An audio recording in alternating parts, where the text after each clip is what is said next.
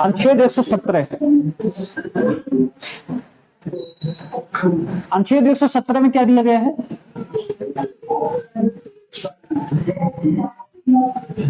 वित्त विधेयक के बारे में प्रावधान।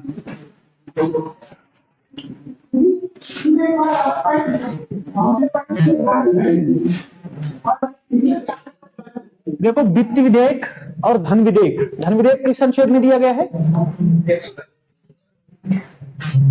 आर्टिकल 110 में। धन विधेयक की परिभाषा और धन विधेयक की प्रक्रिया किसमें दी गई है?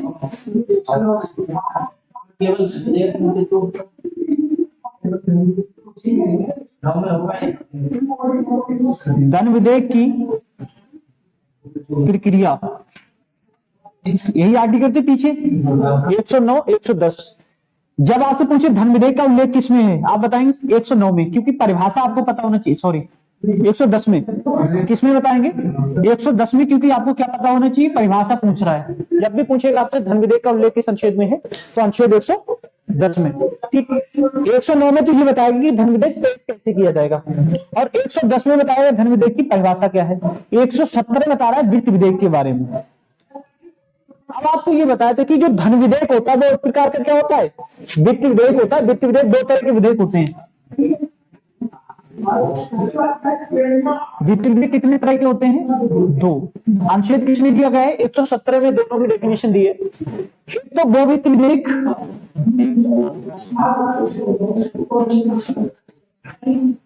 जिसमें किसके बारे में बात कर रहा है? कोई भी अगर मान लो टैक्स में कर वृद्धि करनी है, क्या करना है? टैक्स में वृद्धि करनी है उसकी दरों में, या कोई भी अन्य कानून बनाना है जिसमें पैसे का लेन देन नहीं है लेकिन लेन देन से संबंधित कानून है, तो जो भी कोई कानून बनाया जा रहा है पैसे के लेन देन से संबंधित, वो किसमें आएगा? वित्त विधेयक में। उसी के अंदर क्या दिया गया है? धन विधेयक। उसी के अंदर क्या दिया गया है? धन विधेयक दिया गया है। वित्त विधेयक के अंदर एक प्रकार का वित्त विधेयक होता है जिसमें किसकी बात की रही है? धन की निकासी की या धन के लेन देन की बात की रही है। धन विधेयक की परिभाषा में आपने क्या पढ़ा था? कोई भी ऋण, ठीक, या संचित निधि या आकस्मिक निधि पे, संचित निधि या आकस्मिक निधि पे किसी भी धन को जब भारित किया जाता है या यहां से जब भी पैसा निकाला जाएगा संचित निधि या आकस्मिक निधि से, तो जो विधेयक होता है वो क्या कहलाता है? धन विधेयक कहलाता है। ये धन विधेयक की डेफिनेशन थी। पैसे के लेन देन के अलावा अन्य जो भी कानून बनेगा टैक्स से संबंधित, वो सभी किसमें आएंगे? वित्त विधेयक में आएंगे। तो जो धन विधेयक होता है वो वित्त विधेयक का क्या होता है? एक हिस्सा होता है। वित्त विधेयक में दोनों तरह का आ जाता है, धन विधेयक भी आ जाएगा, वित्त विधेयक भी अपने आप में आ जाएगा। अब यहां से जो सबसे महत्वपूर्ण क्वेश्चन बनता है वो इस तरह से पूछेगा कथन में, क्या सभी वित्त विधेयक धन विधेयक होते हैं? बताओ, क्वेश्चन आपसे पूछेगा सभी वित्त विधेयक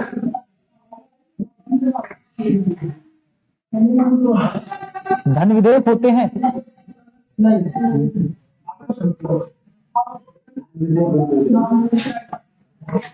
होते हैं नहीं होते?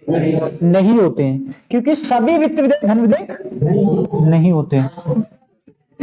लेकिन सभी धन विधेयक क्या होते हैं? वित्त विधेयक होते हैं।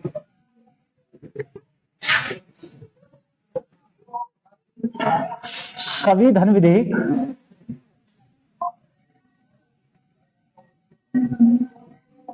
वित्त विधेयक होते हैं।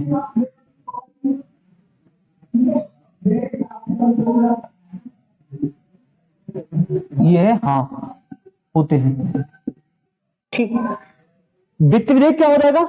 धन विधेयक, वित्त विधेयक क्या हो जाएगा? जिसमें धन विधेयक भी आ जाएगा, बाकी अन्य जो भी लेन देन की बातें होती है वो सबको किस में समेट लेंगे? वित्त विधेयक में। वित्त विधेयक का एक हिस्सा क्या कहलाता है? धन विधेयक कहलाता है। अब दोनों में महत्वपूर्ण अंतर क्या है वित्त विधेयक में धन विधेयक में? एक तो ये हो गया कि जहां लेन देन की बात होगी, पैसे के आवागमन की बात है, तो धन विधेयक है। उसके अलावा जैसे आपको शक्ति दे दी जाए, आपसे ये कहा जाए कि ऐसा करो, एक कानून बनाओ, पार्किंग का टैक्स आपको बढ़ाना है, ठीक, तो आपने पार्किंग का टैक्स 5 रुपए था, आपने नियम बनाया कि पार्किंग का टैक्स आज से कितना हो जाएगा, 10 रुपए। इसमें आपने पैसा लिया है क्या किसी से? आपको केवल पावर दी गई है काम करने की। अब आपसे ये कहा जाए कि जो पार्किंग का रुपया जमा हुआ था, हमने मान लिया 500 रुपए जमा हुआ, पार्किंग का कितना रुपए जमा हुआ, 500 रुपए। बोले ये 500 रुपए मुझे दे दो, या किसी खर्च के लिए चाहिए होंगे, आपने किसी व्यक्ति से, व्यक्ति ए है, इससे आपने 500 रुपए पार्किंग वाले मांग लिए, व्यक्ति बी ने अपने लिए मांग लिए। अब ये पैसा चल के जाएगा ए से किसके पास, बी। ये जो सेकंड वाली प्रक्रिया ये किसमें आ जाएगी, धन विधेयक में। यहाँ केवल नियम बन रहा है, ये किसमें आएगी, वित्त विधेयक में। और ये दोनों मिला के वित्त विधेयक हो सकता है, ये दोनों मिला के क्या हो सकता है, वित्त विधेयक, क्योंकि वित्त विधेयक क्या होता है, बड़ा। यहाँ केवल कानून बन रहा है, पैसे का आवागमन है, केवल कानून बन रहा है। जो व्यक्ति काम कर रहा है उसके हाथ में पैसा नहीं आ रहा है, वो केवल लिख के कर रहा है कि चलो ऐसा करो, 5 रुपए की जगह 10 रुपए कर दो। यहाँ व्यक्ति जो कह रहा है, बी कह रहा है ये 500 रुपए पार्किंग वाले को मुझे दे दो, तो पैसा निकाला जा रहा है। या ये कहेगा बी ऐसे कहेगा 500 रुपए मुझे उधार दे दो, तभी तो पैसे आवागमन होगा। जहां भी धन का आवागमन हो रहा है वो कौन सा है, धन विधेयक। जहां अन्य वित्तीय प्रावधान हो रहे हैं, जैसे मान लो आपको जीएसटी जोड़ा गया, तो जीएसटी जोड़ा गया ना, उसमें कानून बनाया गया, तो वो किस कौन सा देख रहा होगा, वित्त देख रहा होगा, ना कि धन भी देख रहा होगा। अब अगर ये कह दिया गया जीएसटी में इस वर्ष जितनी भी प्राप्तियां हुई, उस प्राप्तियों को भारतीय संचित निधि में जमा नहीं किया जाएगा, तो वो पैसा रोका जाएगा, और पैसा रोका जाएगा तो वो किसमें आ जाएगा, धन विधेयक में आ जाएगा। ठीक, तो ये बेसिक अंतर किसमें होता है, वित्त विधेयक में और धन विधेयक में। जहां पैसे का लेन देन है तो धन विधेयक का, अन्य जो भी कानून है पैसे के लेन देन से संबंधित जितने भी कानून बनेंगे वो किसमें आएंगे, वित्त विधेयक में आएंगे। ये दो कथन आप नोट कर लो, क्योंकि आपके नोट में शायद नहीं होंगे ये वाले दोनों। नीचे कर लो जहां जगह पड़ी हुई है, प्रश्नों के प्रकार के नीचे नोट डाल लो वहीं।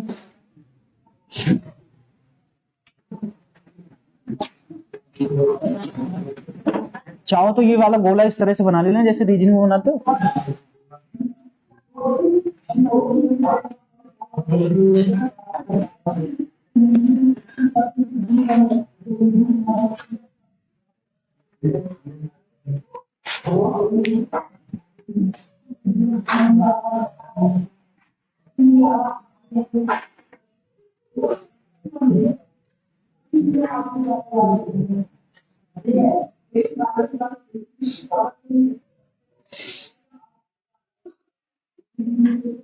जिनके पास भी पीछे वाले नोट्स नहीं है तो पीछे वाले नोट्स मत लेना तुम लोग, क्योंकि अब बुक आ जाएगी तो बुक ही ले लेना दिसंबर लास्ट में। वो भी ऐसे 60-70 रुपए की होगी ज्यादा से ज्यादा, एक साथ में मिल जाएंगे। ऐसी आ रही है सरफ को बहुत ज्यादा।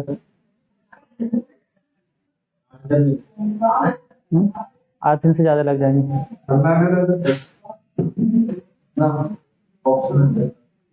ऑब्जेक्टिव है बोला हमारी ये ग्रुप ने वो हमारे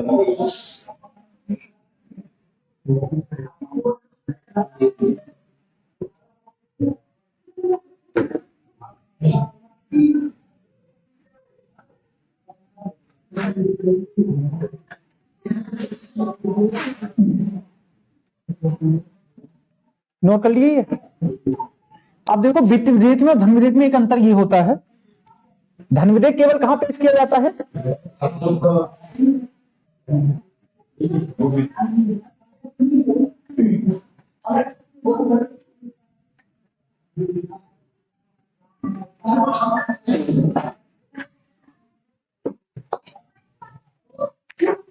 धन विधेयक केवल कहां पेश किया जा सकता है, केवल लोकसभा में पेश किया जा सकता है।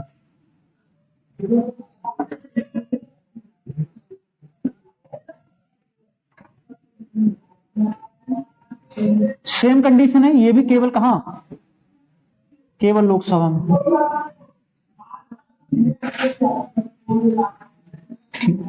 इसके लिए राष्ट्रपति की पूर्व अनुमति आवश्यक या नहीं है, राष्ट्रपति की पूर्व अनुमति आवश्यक है।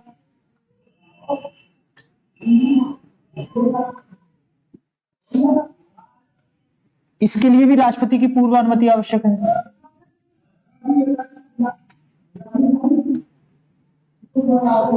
ये तो दोनों में एक जैसा ही होता है।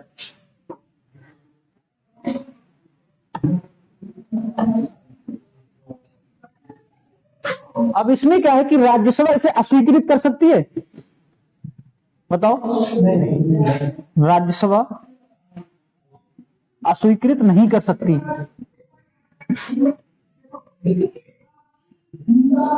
इसे राज्यसभा अस्वीकृत कर सकती है।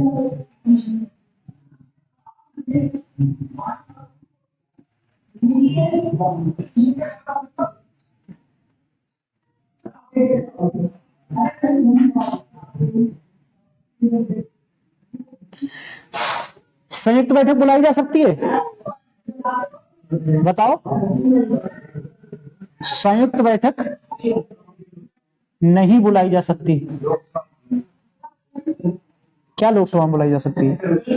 संयुक्त बैठक का मतलब क्या है? दोनों बैठ के, दोनों सत्रों की, इसमें बुलाई जा सकती है।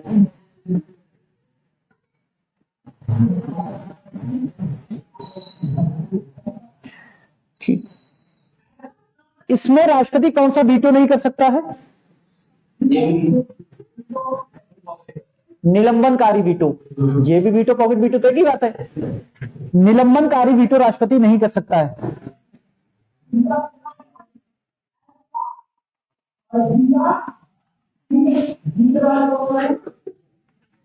और इसमें राष्ट्रपति निलंबनकारी वीटो कर सकता है।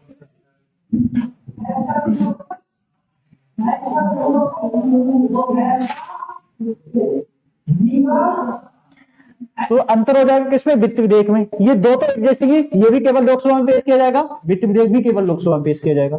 राष्ट्रपति की पूर्वानुमति इसमें भी आवश्यक है, राष्ट्रपति की पूर्वानुमति यहां भी आवश्यक है। ये राज्यसभा अस्वीकृत नहीं कर सकती है, इसे राज्यसभा अस्वीकृत कर सकती है। संयुक्त बैठक नहीं बुलाई जा सकती धन विधेयक पे, वित्त विधेयक पे संयुक्त बैठक बुलाई जा सकती है। निलंबनकारी वीटो का प्रयोग नहीं कर सकता धन विधेयक पे, और वित्त विधेयक पे राष्ट्रपति निलंबनकारी वीटो का प्रयोग कर सकता है। राष्ट्रपति की वीटो शक्तियां भी पड़ी थोड़ी है, पढ़ लिए ना। राष्ट्रपति की कितनी वीटो शक्तियां हैं? 3, आत्यांतिक वीटो, निलंबनकारी वीटो और जेवी वीटो, ठीक है।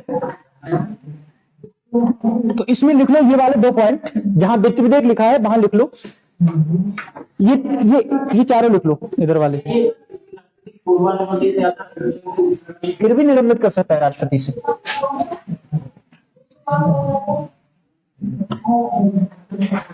ये वाले वित्त विधेयक में लिख लो चारों पॉइंट, जहां वित्त विधेयक लिखा हुआ ये वाले इधर के, ये वाले मत लिखो क्योंकि ये आप पहले ही लिख चुके हो।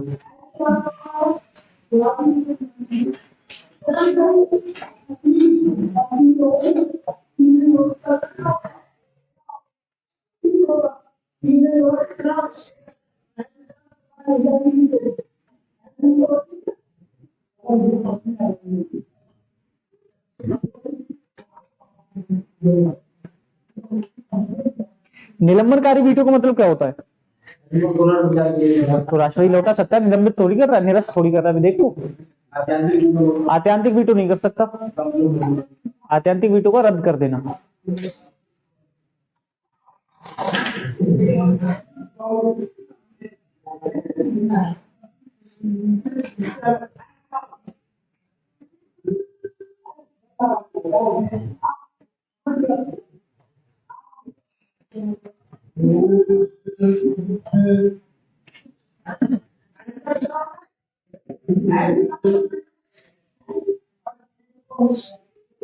तुम्हारे पास तो नोट्स होंगे ना, कंप्लीट है?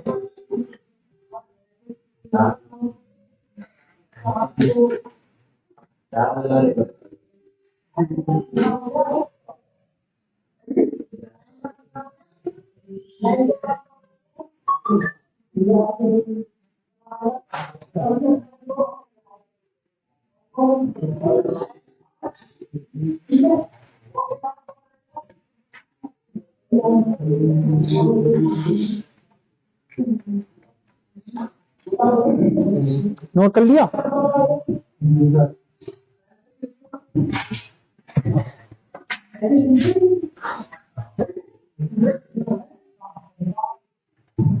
ये आपका प्रावधान हो गया वित्त विधेयक के बारे में।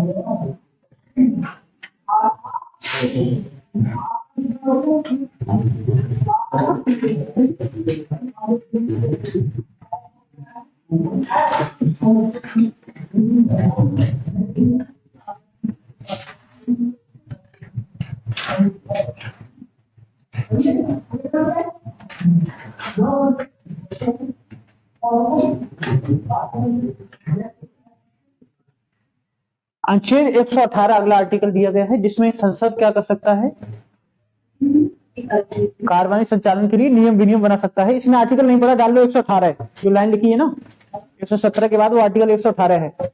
नोट्स में आर्टिकल की संख्या नंबर नहीं पड़ा है, नंबर डाल लो। ये लिखा है संसद के दोनों सदन अपनी कार्यवाहियों के लिए नियम विनियम बना सकते हैं, आर्टिकल 118 है।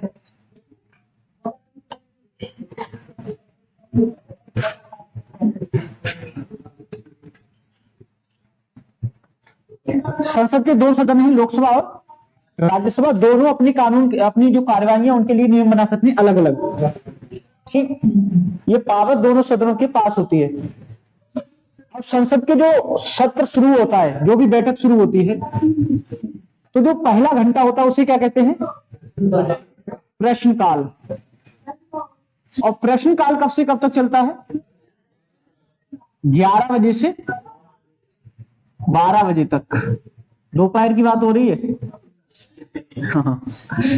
12 बजे के बाद जो दूसरा पहर होता है उसे क्या कहते हैं, शून्यकाल। ये बहुत महत्वपूर्ण है, शून्यकाल कई बार एग्जाम में आया है।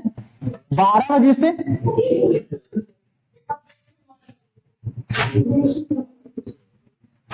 1 बजे तक। फिर तीसरा होता है भोजन काल, जिसमें क्या करना होता है, चाउमीन वगैरह वहां अच्छी अच्छी कैंटीन में मिलते हैं। कुछ लोग तो बस खाने ही जाते हैं, उन्हें पता ही नहीं होता कि हम संसद में बैठे क्यों हैं। बोले कुछ नहीं, 2 एक और ले जाते साथ में। अभी ये पकड़े गए थे 2। क्या हो गया,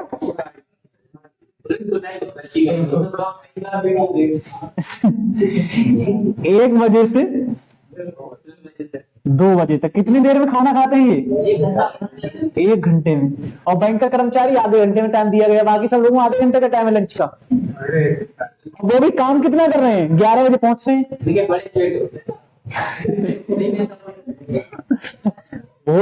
भोजन काल 1 बजे से 2 बजे तक। फिर 2 बजे के बाद विधेयकों पर चर्चा प्रारंभ होती है। कब तक रहती है, 2 बजे से 5 बजे तक। और जो 5 बजे के बाद होता है आधे घंटे की चर्चा, ये भी महत्वपूर्ण है। और आधे घंटे की जो चर्चा होती है कितनी बजे से होती है, 5 बजे से 5:30 बजे तक।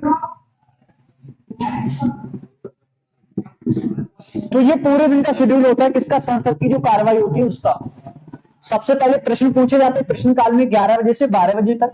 फिर शून्यकाल आता है, शून्यकाल 12 बजे से 1 बजे तक होता है, जिनमें उत्तर वगैरह दिए जाते हैं इन प्रश्नों के। फिर आता है भोजन काल, 1 बजे खाना खाने चले जाते हैं, 2 बजे लौट के आते हैं ये लोग। 2 बजे के बाद खा पी के फिर विधेयकों पे क्या होती है, चर्चा होती है। जहां वोटिंग वगैरह का जो सिस्टम है वो सब 2 बजे के बाद होता है। फिर कोई शायरी सुना रहा होता है, कोई कुछ कह रहा होता है, किसी का माइक बंद कर दिया जाता है। कोई तो, कई लोग तो भाषण देने लगते हैं संसद में, उन्हें पता नहीं, अब नेता है भाई, नेता की आदत होती है भाषण देना, तो भूल जाते हैं कि नेता को भाषण यहाँ नहीं देना है, जनता को देना है। लेकिन कुछ लोग सदन में भाषण देना शुरू कर देते। ठीक, जैसे आप देखते हो मीडिया वाले जो एंकर होते हैं, पहले जो आते थे, अब से आप चलिए 10 साल पहले, 10-15 साल या 20 साल पहले, आप लोग तो बहुत ध्यान भी नहीं होगा, छोटे छोटे रहे होंगे। ठीक, हमें तो मतलब ध्यान होगा ही, क्यों नहीं होगा। आप 30 साल पहले चले जाओ तो आपको बिल्कुल ध्यान नहीं होगा, फिर तो आप तो थे ही नहीं ना 30 साल पहले। हमें क्यों नहीं याद होगा भाई, 30 साल थे तो हम उस समय ऐसे रहेंगे, 10 वर्ष थे,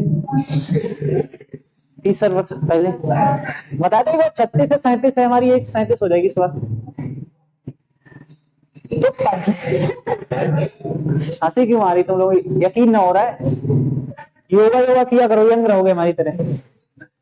जितना हम लोग आप बोल रहे हो, हम घर से बूढ़े हो सकते हैं भाई, हम तो ऐसे ही रहेंगे हमेशा। तो पहले जो न्यूज वाले आप देखते, ब्लैक एंड व्हाइट टीवी होती थी, कलर्ड वाली तो बहुत मतलब आ गई थी, फिर भी गांव में ज्यादातर ब्लैक एंड व्हाइट ही होती थी। तो डीडी नेशनल एक समाचार चैनल होता था, उससे आती थी सुनाने वाली। आज राजधानी लखनऊ में माननीय राज्यपाल जी का आह्वान हुआ, जिसमें पूरा मंत्री परिषद उपस्थित रहा। फिर टीटी करके आता था, फिर दूसरी लाइन आ जाती थी। सबसे बोरियत लगता था। आजकल न्यूज भी देखो कितनी अच्छी लगती है। नहीं, म्यूजिक दे दिया वो अलग है, हम आपको दिखाएं सनसनीखेज खबर। हाँ, इस तरह से बोल रही बहुत। और हम आपको बताएंगे कौन थे संसद पे हमला करने वाले दो शख्स। कुछ बताएंगे नहीं, उन्हें खुद नहीं पता है। हाँ,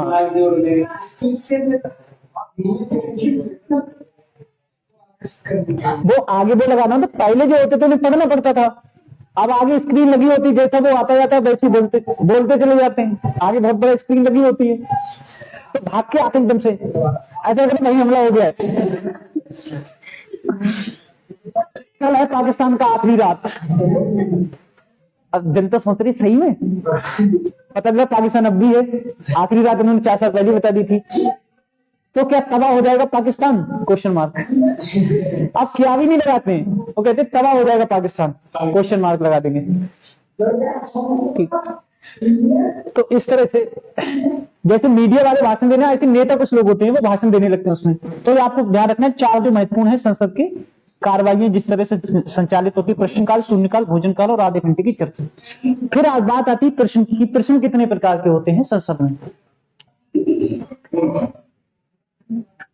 वैसे तो कई प्रकार के प्रश्न होते हैं, 2 बहुत ज्यादा महत्वपूर्ण है। एक तो तारांकित प्रश्न, एक अतारांकित प्रश्न। अभी आप कभी नहीं भूलोगे तारांकित अतारांकित।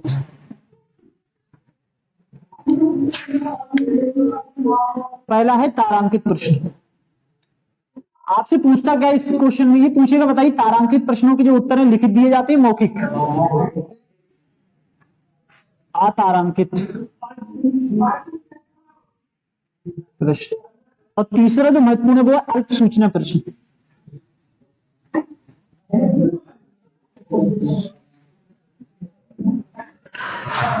तारांकित जो प्रश्न होते हैं इनका उत्तर कैसे दिया जाएगा? मौखिक।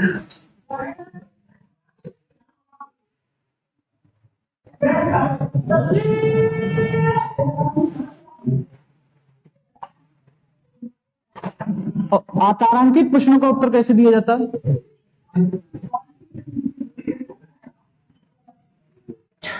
अब जैसे आपने कोई क्वेश्चन पूछा, जैसे आपने देखा होगा कोई स्टार लगवा दो, महत्वपूर्ण पे क्या लगवा देंगे इस तरह से? स्टार। स्टार का ही मतलब क्या है? तारांकित। अगर आपको कुछ चीज बता दी जाए ये वाली महत्वपूर्ण है, अब आप एग्जाम देने जा रहे हो, तो सबसे पहले किस पे फोकस करोगे? स्टार वाली पे। या आप स्टार वाला क्वेश्चन को हमसे पूछ रहे हो, हमें लग रहा है ये महत्वपूर्ण क्वेश्चन पूछ रहे हो आप, और एक बच्चा बिल्कुल बेहुदा क्वेश्चन पूछ रहा है, राष्ट्रपति की शादी कब हुई थी? ठीक, हमें पता, ठीक है पूछने दो। तो क्या करेंगे? इग्नोर करेंगे इस बात को ज्यादा तक। जब वो पीछे पड़ जाएगा तब भले ही बता दे, वरना ये नहीं बताएंगे राष्ट्रपति की शादी कब हुई थी। ठीक, एक बच्चा पूछ रहा है राष्ट्रपति का कार्यकाल कितना होता है। अब हमें लग रहा है ये महत्वपूर्ण है, ये तो आ सकता है एग्जाम में कि राष्ट्रपति का कार्यकाल कितना होता है। ठीक, या राष्ट्रपति को महाभियोग की प्रक्रिया कैसे लागू हो गई, ये महत्वपूर्ण है, तो हमें लग रहा है ये महत्वपूर्ण प्रश्न है। अब हम क्या कहेंगे उस बच्चे से? ये कहेंगे ऐसा है तुम्हें राष्ट्रपति का, हम तुम्हें पूरा लिख के दे देंगे, आप टेंशन ना लो, कि कितना महत्वपूर्ण तो है नहीं। बोले तुम्हें बहुत ज्यादा वो चाहिए ना कि राष्ट्रपति की शादी कब हुई थी, राष्ट्रपति का जन्म कब हुआ था, तो हम सब तुम्हें लिख के दे देंगे वो डाटा, आप आराम से पढ़ते रहना, क्योंकि पता है एग्जाम में तो आएगा नहीं, ये टाइम खराब कर रहा है अपना ही। अगर कोई बच्चा पूछ रहा है कि महाभियोग की प्रक्रिया, अब उससे हम इस तरह से टाल मटोल नहीं कर सकते कि ऐसा करो कल बता देंगे, क्योंकि बताना ही वो कैसा महत्वपूर्ण है।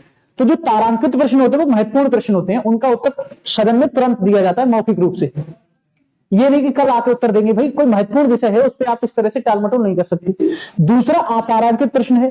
अतारांकित प्रश्न का मतलब क्या होगा? जिनके साथ में स्टार लगा हुआ नहीं है, तो उसके लिए क्या होगा? लिखित में कभी भी, जैसे मान लो उसमें कोई प्रश्न पूछा गया, तो उसमें 2-4 दिन के बाद जब भी सदन की कार्रवाई संचालित हो रही, तो उसका लिखित में उत्तर उसी सदस्य को दे दिया जाता है। ठीक, फिर आते हैं अल्प सूचना प्रश्न। जो अल्प सूचना प्रश्न होते हैं ये नोटिस दे के पूछे जाते हैं, और इसके लिए कितने दिन का नोटिस दिया जाता है? 10 दिन के नोटिस के बाद।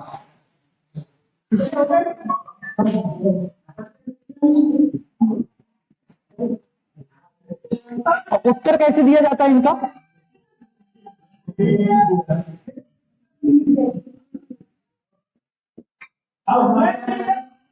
इनका उत्तर दिया जाता है मौखिक।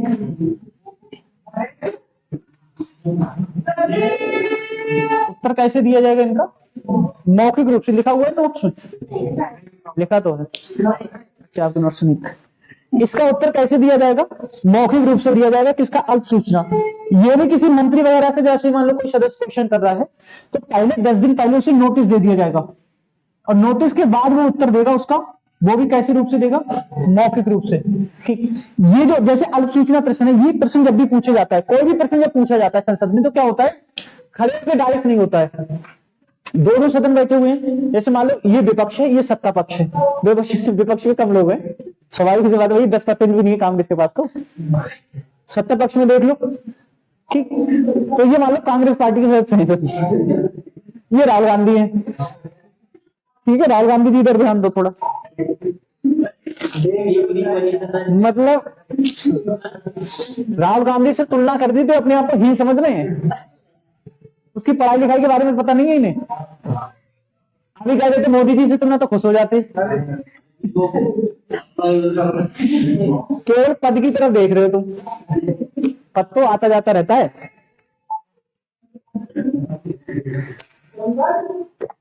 और तुमने कैसे सोच लिया कि भविष्य में वो प्रधानमंत्री नहीं बनेगा?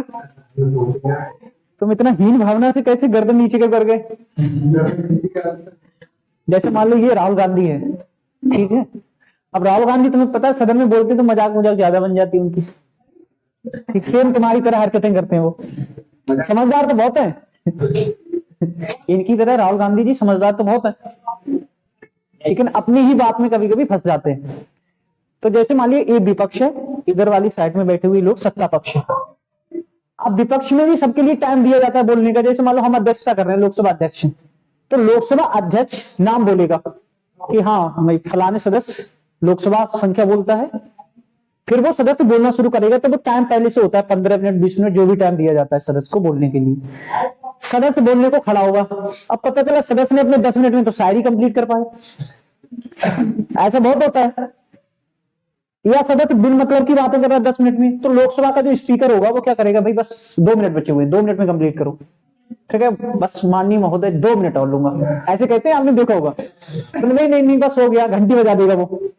ठीक, फिर भी बोलते रहेंगे। अगर वो बहुत ज्यादा कोशिश करेगा तो उसकी माइक की आवाज क्या कर दी जाएगी, फिर बोलते रहो। बोलने का मतलब ही नहीं है। एक तरफ औरतें बैठी होती है, वो घर में बता रही मुझसे क्या सब्जी बनाई थी आज। उनकी कोऑर्डिनेटर नहीं है सदन की कार्य, कुछ मतलब बहुत ज्यादा हालांकि संवेदनशील भी होती है, जो महिलाओं को मुद्दों को लेकर बहुत ज्यादा मतलब बात करती हैं। कुछ स्मृति ईरानी की तरह होती है, कोई जेन्युइन मुद्दा ही नहीं उठाना, उन्हें तो राहुल गांधी पर आरोप लगाना है बस, इसके अलावा कोई काम नहीं है उसका दूसरा। अरे राहुल गांधी ने मेरी तरफ आंख चिल्ला दी तो यार इतना बड़ा व्यक्ति है, तुम्हारी तरफ आंख चिल्लाएगा? गली में घूमता हुआ व्यक्ति थोड़ी है। अब वो प्रूफ भी नहीं हुआ फिर बाद में। ठीक, दुनिया में आग लग जाए, पार्टी में कुछ भी हो जाए, लेकिन वो महिला नहीं बोलेगी बिल्कुल, चाहे कितना भी कुछ हो जाए। लेकिन जैसे ही विपक्ष का कोई सदस्य कुछ करेगा तो वो एक प्रकार से आगे कर दी जाती है। वही सबसे बड़ा हथियार है सत्ता पक्ष। कौन आगे आ जाएगा? स्मृति ईरानी आ जाएगी। अब मान लो इधर सत्ता पक्ष के लोग जो बोल रहे हैं, सो सत्ता पक्ष वालों को स्पीकर थोड़ा ज्यादा समय दे देता है। ठीक, बीच बीच में टोक टाक कम करता है। अब भाई इधर कम सदस्य हैं, इधर ज्यादा है, तो ये हंगामा भी बहुत करते हैं। जब ये वाले बोल रहे होते तो आधा टाइम तो ऐसे ही खा जाते हैं हंगामे में। ठीक, तो जब भी कोई, जैसे मान लो विपक्ष ने सत्ता पक्ष से किसी मंत्री से कोई क्वेश्चन पूछा, ठीक, ये क्या नाम है ये लड़का, ये बहुत मुंह ऐसे कर रहा है, ये मंत्री है, मान लो केंद्रीय गृह मंत्री अमित शाह। हाँ, अमित शाह है ये सहकारिता। ठीक, इधर से ये लड़का बैठा हुआ उस साइड में, जगवेंद्र ने पूछ लिया क्वेश्चन कोई, तो वो क्वेश्चन पहले अध्यक्ष के पास आएगा। ठीक, अध्यक्ष उस क्वेश्चन से अवगत कराएगा, किसे? अल्प सूचना प्रश्न के बारे में किसे अवगत कराएगा? संबंधित मंत्री को। अब ये जो क्वेश्चन का जवाब दिया जाएगा संबंधित मंत्री देगा, किसके रूप में? मौखिक रूप में उत्तर उसका देगा। तो डायरेक्ट जो होता है ना, डायरेक्ट बहस जो होती है वो तब होती है 2 बजे के बाद जब बहस हो रही होती, तो वैसे जो क्वेश्चन किए जाते हैं वो लिखित रूप में दे दिए जाते हैं किसको? अध्यक्ष को। अध्यक्ष वो क्वेश्चन पुटअप करता है, संबंधित जो भी मंत्री वगैरह होते हैं उनसे, फिर वो उसका जवाब देते हैं। जवाब देते फिर बहस हो जाती है। वो मना भी करता था कभी तुम्हारा नंबर आया तो बोलना, तुम्हारा नंबर आया तो बोलना, फिर रुकते नहीं ना, उस समय गुस्सा शांत हो जाएगी, तो फिर वो मंत्री और जो सदस्य होते हैं वही बहस करने लगते हैं। किसका? हाँ, अल्प सूचना वाले का जवाब तुरंत दिया जाता है। ये नोटिस पहले उसको दे दिया जाएगा संबंधित मंत्री को। तारांकित प्रश्न, ऐसा तो कोई प्रावधान नहीं संख्या में।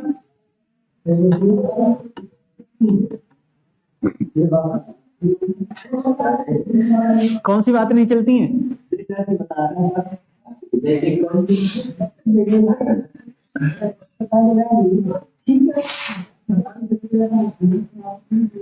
अगले है सदन के महत्वपूर्ण प्रस्ताव। अगला क्या दिया गया? सदन के महत्वपूर्ण प्रस्ताव ही है।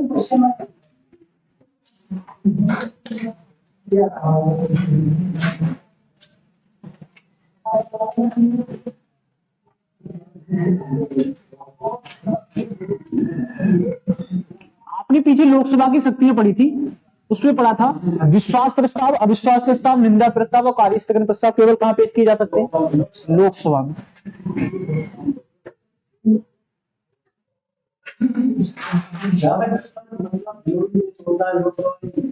अरे भैया, लोकसभा जो है वो प्रत्यक्ष चुना गया सदन है, जनता का उत्तरदायित्व ज्यादा है लोकसभा के प्रति।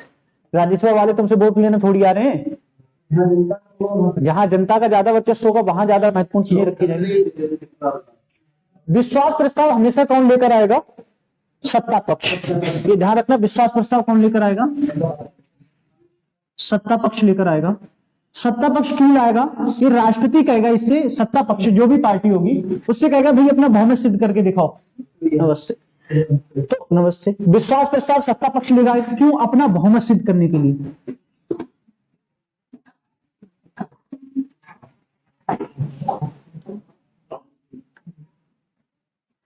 अगर राष्ट्रपति को ऐसा लग रहा है कि जो भी पार्टी है अभी सत्ता में उसके पास बहुमत नहीं है, या उसके कुछ सदस्य, पार्टी के कुछ जो सदस्य हैं वो क्या है, पार्टी के जो प्रधानमंत्री या मंत्रिपरिषद है उससे नाराज है, अगर राष्ट्रपति को ऐसा लग रहा है तो राष्ट्रपति जो भी संबंधित पार्टी है उससे कहेगा विश्वास प्रस्ताव लेकर आओ।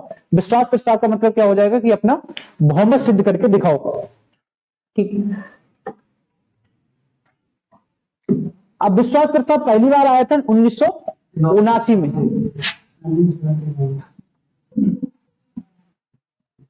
1979 में आया था, किसके खिलाफ? चौधरी चरण सिंह। लेकिन चौधरी साहब चालाक व्यक्ति थे, प्रस्ताव पे चर्चा होने से पूर्व इन्होंने क्या कर दिया? त्याग पत्र दे दिया। चर्चा से पूर्व ही इन्होंने त्याग पत्र दे दिया।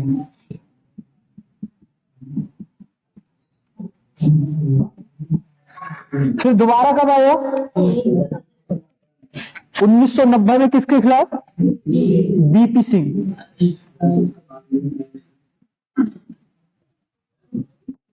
और 1997 में देवगौड़ा।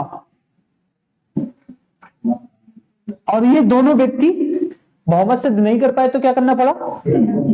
त्याग पत्र देना पड़ा।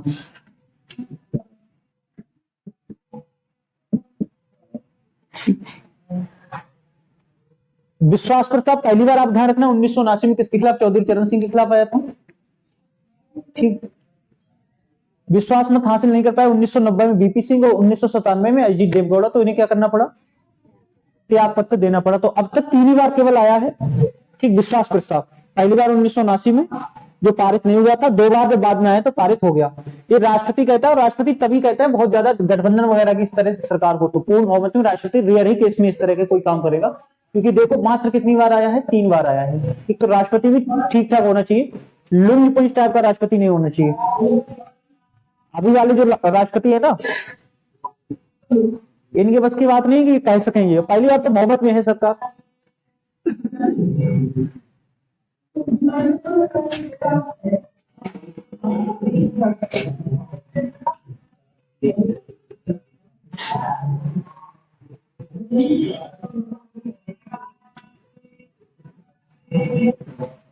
दूसरा होता है अविश्वास प्रस्ताव।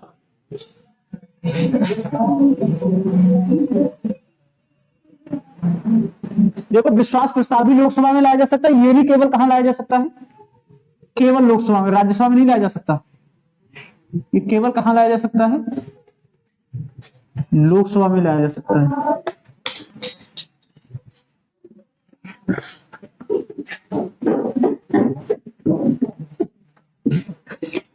अब पहली बार जब विश्वास प्रस्ताव आया था, कब आया था? 1963 में। कौन से मंत्रिमंडल? पंडित जवाहरलाल नेहरू।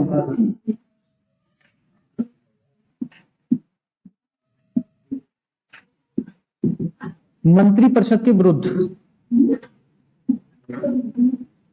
और कौन लेकर आया था? इसी लेकर आए थे जेवी कृपलानी।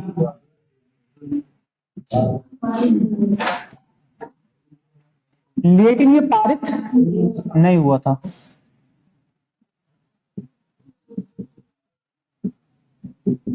पारित नहीं हुआ था। ये लेकर कौन आएगा हमेशा? विपक्ष। अविश्वास प्रस्ताव कौन लेकर आएगा? विपक्ष। विपक्ष को जब ये लगता है कि जो भी पार्टी है इसके पास बहुमत नहीं है, तो विपक्ष एक प्रस्ताव लेकर आएगा। विपक्ष जो प्रस्ताव लेके आता है फिर उसमें चर्चा कराई जाती है सदन में, और अगर वो प्रस्ताव पारित हो जाता है तो पूरे मंत्रिपरिषद को क्या करना पड़ता है? त्यागपत्र देना पड़ता है। उधर भी अविश्वास प्रस्ताव में भी और विश्वास प्रस्ताव में भी पूरे मंत्रिपरिषद को त्यागपत्र देना पड़ेगा। पूरा मंत्रिपरिषद त्यागपत्र देगा, इससे थोड़ी केवल प्रधानमंत्री त्यागपत्र दे देंगे। नहीं, चुनाव नहीं होता है दोबारा। हाँ, ये ध्यान रखना कि दोबारा जब भी ये पारित हो गए तो दोबारा चुनाव नहीं होता, फिर दूसरी पार्टी को मौका दिया जाता है। हो सकता है उसी पार्टी को दे दे राष्ट्रपति। जैसे मान लो दो पार्टी है, इस पार्टी के खिलाफ अविश्वास प्रस्ताव पारित हो गया, एक के खिलाफ, लेकर कौन आया होगा? बी, क्योंकि हमेशा कौन लाएगा? विपक्ष लाएगा। अगर इसका बहुमत सिद्ध नहीं हुआ, उसका कारण तो ये हुआ कि इसके पास बहुमत है, ठीक, तो इसके लिए इलेक्शन कराने की जरूरत नहीं होती है। अविश्वास प्रस्ताव में ये पार्टी का बहुमत नहीं है, तो ऐसा माना जाएगा कि इसके पास बहुमत है, तो राष्ट्रपति इसे मौका देगा किसका? सरकार बनाने का, ठीक। फिर इसे भी बहुमत सिद्ध करना पड़ेगा सदन में, और अगर ये भी बहुमत सिद्ध नहीं कर पाया तो फिर दोबारा से मौका इन्हीं में से किसी को दिया जाएगा। ये भी हो सकता है कि राष्ट्रपति जैसे ये बहुमत सिद्ध नहीं कर पाया था, तो राष्ट्रपति पुनः इसी को मौका दे दे बहुमत सिद्ध करने का, ठीक। और अगर दोनों नहीं कर पाए तो ऐसी कंडीशन बन सकती है फिर राष्ट्रपति निर्वाचन करवाए। लेकिन ऐसा कभी हुआ नहीं आज तक कि दोनों पार्टी को, एक पार्टी जब सिद्ध नहीं कर पाई तो इसका मतलब कि दूसरी पार्टी में सदस्य संख्या ज्यादा। पारित तो तभी होगा भाई 50% प्लस बन जाते इधर होंगे। अब ऐसा नहीं, विपक्ष 2 टीम में तो कितना था कि सरकार बनाने के नंबर में इकट्ठा ना हो, पहले पूरा तय हो जाता है मानक, तभी ऐसा होता है। अब तक कुल कितनी बार आया है? 27 बार आया है। लेकिन एक बार कब? 1978 में। कौन थे प्रधानमंत्री? मोरारजी देसाई।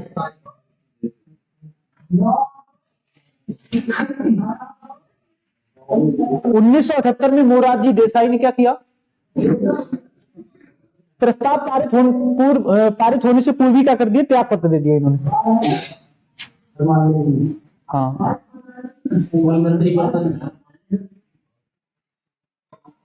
पूर्व ही त्यागपत्र दे दिया। अब ये बताओ, जैसे मान लो आप कोई एकेडमिक में हो या कहीं भी हो, जैसे मान लो 12th में, समझ लो कोई बच्चे 12th में है, पूरे साल बिल्कुल पढ़ाई नहीं की, उसे 200 500 या 1000% ये पता मैं फेल हो जाऊंगा, 1000% पता है कि मैं फेल हो ही जाऊंगा, तो सबसे बड़ी ऑप्शन है पेपर देने न जाए। है नहीं है? यही तो होगा। जो समझदार है तो मतलब पता ही है, डेफिनेटली पता है कि पास नहीं होगा, तुक्का से भी नहीं पता है पास हो जाऊंगा, तो सबसे बड़ी ऑप्शन क्या है? बस ये हो जाएगा कहने के मैंने पेपर छोड़ दिए थे। नहीं, भले ही ये ना कहे कि पास हो जाते, कहेगा एक वर्ष क्या हुआ, बोले पेपर छोड़ दिए थे। बताने में कम, भविष्य में बताने में शर्मिंदगी तो नहीं महसूस नहीं करेगा कि भाई मैं फेल हो गया। तो सेम इसी तरह मोरारजी देसाई या चौधरी चरण सिंह, ये बहुत चालाक व्यक्ति थे, इन्होंने पहले ही दे दिया जिससे बेइज्जती ना हो। अटल बिहारी वाजपेयी 1999 सरकार गिर गई थी एक वोट से, केवल 13 दिन सरकार चल पाई थी और एक वोट की वजह से सरकार गिर गई। तो वो इतिहास बन गया कि एक वोट जो प्रधानमंत्री है वर्तमान में एक वोट हासिल नहीं कर पाया और एक वोट की वजह से सरकार गिर गई। लेकिन वो ये नहीं था विश्वास प्रस्ताव, एक फ्लोर टेस्ट होता है जो सदन में कराया जाता है अध्यक्ष के द्वारा, फ्लोर टेस्ट, वो फ्लोर टेस्ट हुआ था उसमें। ठीक, तो ध्यान रखना अब तक कुल 2023 तक 27 बार आ चुका है। इसमें भी पूरे मंत्रिपरिषद को क्या करना पड़ेगा, त्याग पत्र दे देना पड़ेगा अगर ये पारित हो जाता है तो। पूरे मंत्रिपरिषद के विरोध में होता है ये भी।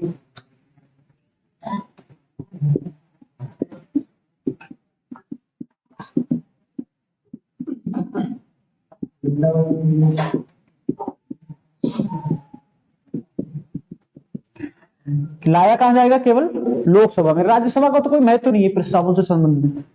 अगला कौन सा आपका, निंदा प्रस्ताव।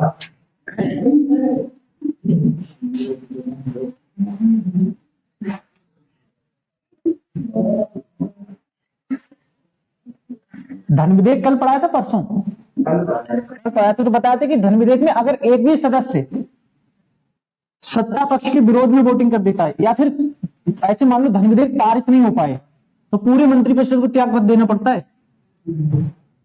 धन विधेयक आया और धन विधेयक अगर पारित नहीं करा पाए लोकसभा में, क्योंकि लोकसभा की पावर है, धन विधेयक पारित न होने का मतलब क्या है कि तुम्हारे पास बहुमत नहीं है। अगर धन विधेयक भी, इन प्रस्तावों के अलावा एक चीज और है कि अगर धन विधेयक भी पारित नहीं हो पा रहा है सदन में, लोकसभा में, तो पूरे मंत्रिपरिषद को त्याग पत्र देना पड़ता है। फिर धन विधेयक पारित न होने का मतलब यह हुआ कि आपके पास बहुमत नहीं है। बाकी अन्य विधेयकों पे ऐसा नहीं होता है, लेकिन अगर धन विधेयक लोकसभा में पारित नहीं होता है तो जो सत्ता पक्ष होता है उसके पूरे मंत्रिपरिषद को त्याग पत्र देना पड़ता है। अगला महत्वपूर्ण प्रस्ताव आपका निंदा प्रस्ताव। निंदा प्रस्ताव, जैसे अभी राहुल गांधी वाला सीन बताया था, अभी वो बता रही थी स्मृति जी की राहुल गांधी ने मेरी तरफ आंख चलाई या जीभ चलाई, ऐसा कुछ कर दिया था। सदन में कोई भी व्यक्ति ये विरोध, ये भी सत्ता पक्ष के द्वारा विपक्षियों द्वारा सत्ता पक्ष लाया जाता है। सदन का कोई भी सत्ता पक्ष का व्यक्ति क्या कर रहा है, किसने कोई असंवैधानिक भाषा बोल दी या कोई ऐसा काम कर दिया जो संसदीय उससे ठीक नहीं था, तो उसकी निंदा के लिए प्रस्ताव लाया जाता है, निंदा प्रस्ताव।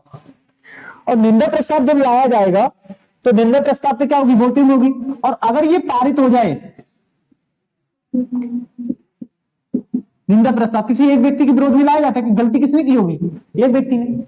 अगर वो व्यक्ति मंत्रिपरिषद का सदस्य है और अगर ये प्रस्ताव पारित हो गया तो पूरे मंत्रिपरिषद को त्याग पत्र देना पड़ता है। हाँ पूरे मंत्रिपरिषद को।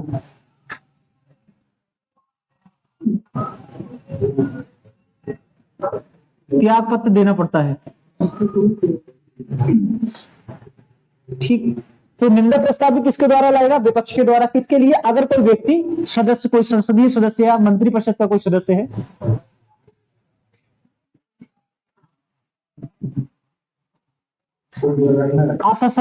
असंसदीय कार्य कर दे तो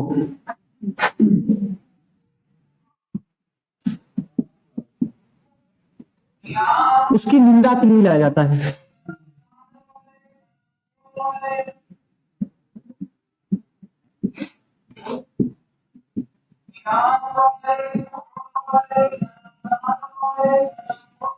और पारित हो जाएगा तो क्या करना पड़ेगा, पूरे मंत्रिपरिषद को त्याग पत्र देना निंदा प्रस्ताव के तहत।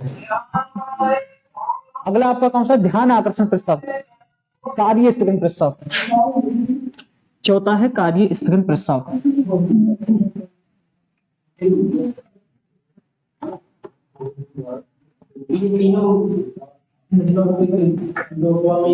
हाँ, लोकसभा में लाया जा सकती है, पीछे विशेष शक्तियों में लिखवाया है।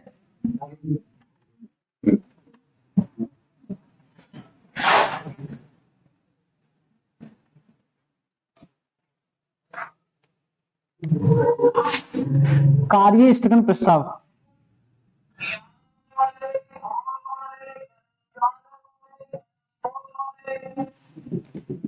कार्य स्थगन प्रस्ताव कौन लाता है, कोई भी सदस्य ला सकता है, चाहे वो सत्ता पक्ष का हो या विपक्ष का।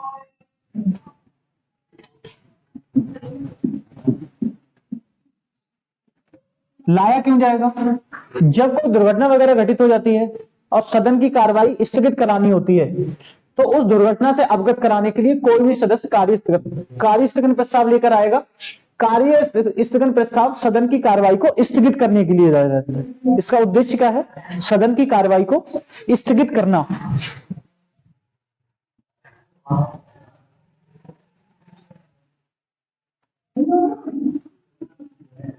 स्थगित करने को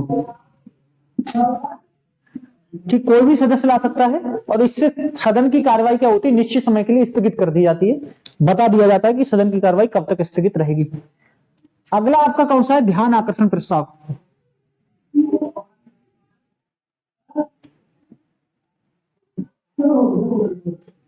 ध्यान आकर्षण प्रस्ताव कौन लाएगा? कोई भी सदस्य ला सकता है।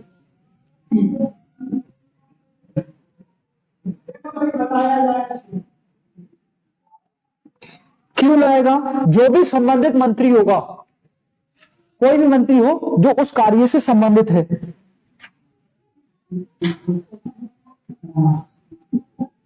संबंधित मंत्री का किसी विषय को या किसी विषय पर ध्यान आकर्षण करने के लिए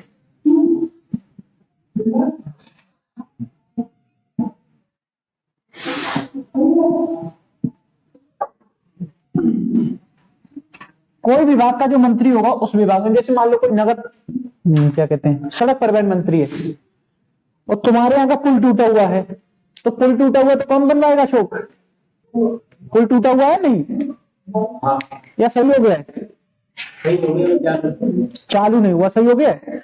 अच्छा, तो उसे अगर मान लो टूटा हुआ है, उस पर तुम्हारे संसद क्षेत्र का कोई भी व्यक्ति, तुम्हारे यहाँ का जो भी सांसद होगा, वो सांसद उस मंत्री का ध्यान आकर्षित करवाएगा कि भैया मंत्री जी कहाँ हो आप? 2 साल हो गए पुल का निर्माण हुए, अब पुल का उद्घाटन नहीं करवा पा रहे हो। लोकसभा चुनाव के चक्कर में रुके होंगे कि लोकसभा का चुनाव आए तब उद्घाटन करवाएं, जबकि पुल पहले से बना हुआ था, टूट गया था बीच में, तो केवल उसका उद्घाटन रुका हुआ है। शायद उद्घाटन रुके होने की वजह से मतलब पुल बन है। ठीक है, तो ये किसका कार्य है? जो भी सड़क परिवहन मंत्री होगा उससे अवगत कराया जाएगा भाई ये पुल कब से निर्माण हो गया है और इसका उद्घाटन वगैरह करवाओ। तो तुम्हारे संसद का कोई भी व्यक्ति सदस्य, तुम्हारे संसदीय क्षेत्र का सदस्य, चाहे वो किसी भी पार्टी का हो, उस संबंधित मंत्री का उस विषय की ओर क्या करेगा? ध्यान आकर्षित करवाएगा। इसे कहते हैं ध्यान आकर्षण प्रस्ताव। ये कोई विपक्ष या उसके विरोध में नहीं होता है कि पारित हो जाएगा तो इस्तीफा देना पड़ेगा, ऐसा कुछ नहीं है। अगले इसी के तहत अल्पकालीन चर्चा।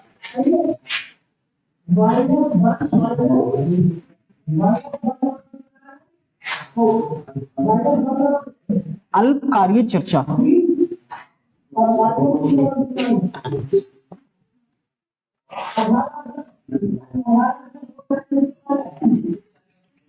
ये अल्पकालीन चर्चा ये भी कोई ला सकता है इसके प्रस्ताव। अल्पकालीन चर्चा आगे लिखा होगा नोट्स में, नेक्स्ट पेज पे नहीं दिया है। ठीक, अल्प नहीं लिखा तो नोट कर लेना। अल्पकालीन चर्चा, इसके लिए भी कोई भी सदस्य चर्चा कराने के लिए अध्यक्ष कह सकता है। किस विषय पर चर्चा होगी? लोक महत्व के विषय पर। ये क्यों लाया जाता है? लोक महत्व के विषय पर चर्चा कराने के लिए।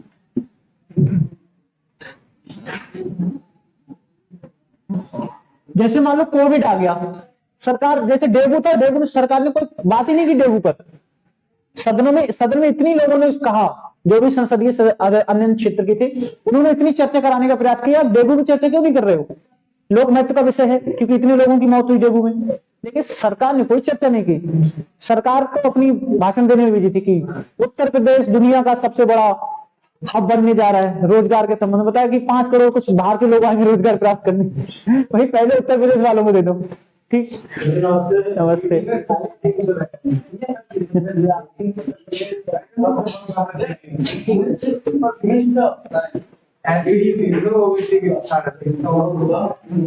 ठीक है, तो बाबा जी ने कह दिया था ना कि विदेश वो आएंगे, दूसरे प्रदेश के लोग आएंगे उत्तर प्रदेश में रोजगार लेने के लिए। कहां से आएंगे? जापान से भी आएंगे? उत्तर प्रदेश में? वाह, इसका